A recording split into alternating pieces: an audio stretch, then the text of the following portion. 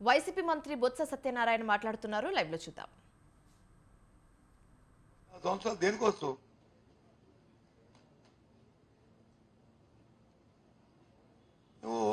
అన్ని ఆయన చేయనివన్నీ ఆయన చేశానని చెప్పేస్తాడు. ఏమనంటే భోగాపురం ఎయిర్పోర్ట్కి నేనే శంకుస్థాపన చేశానంటాడు. ఎప్పుడు ఎలక్షన్ ముందు వచ్చి ఓ రాయి వేసి భూమి ల్యాండ్ ఎక్విజిషన్ లేకుండా అయిన టెండర్లు వచ్చి వాళ్ళ మంత్రి ఉండి క్యాన్సిల్ చేస్తూ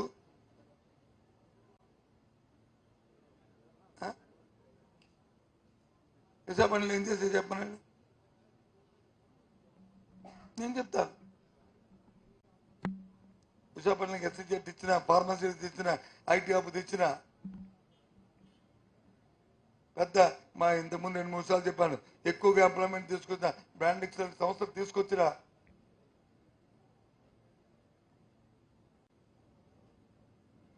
ఇంకా దాన్ని కొనసాగిస్తూ ఆ రోజు రాజశేఖర రాయమని చెప్తుంది, దాన్ని కొనసాగిస్తూ ఇంకా అభివృద్ధి చేస్తుంది ఇవాళ జగన్మోహన్ రెడ్డి ప్రభుత్వం.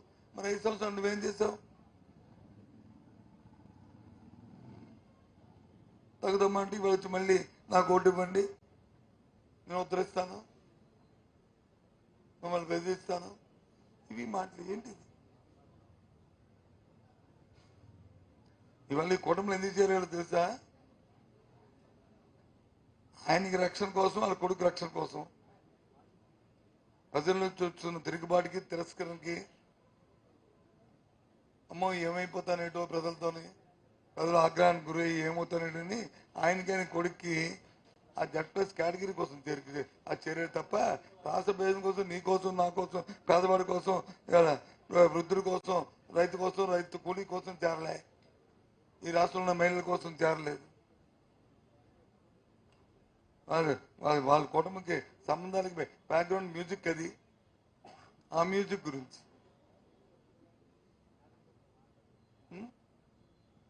కాదని చెప్పండి.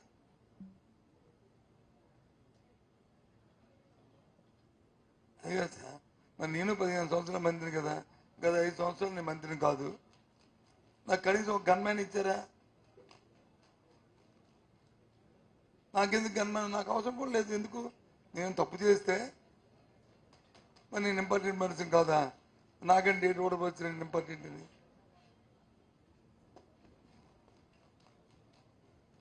ఏమండి?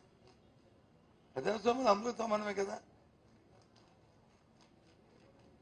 రాజ్యాంగం పోస్ట్ హోల్డ్ చేస్తున్నప్పుడైతే ఫైన్, ఓ ముఖ్యమంత్రి, ఓ ప్రతిపక్ష నాయకుడు, ఓ మంత్రి, అది ఏదైనా సంతృప్తులు అసంతృప్తులు ఉంటాయి. అయిపోయిన తర్వాత ఏంటి చెప్తుంటాం కదా, సమస్య నిర్ణయాలని క్యాబినెట్ జరిగాయి. ఆ రోజు నేను కనీసం ఒక లెటర్ కూడా పెట్టలేదే నా గన్మ్యాన్ పునరుద్ధరించాలని. ఎందుకు పెట్టాలి?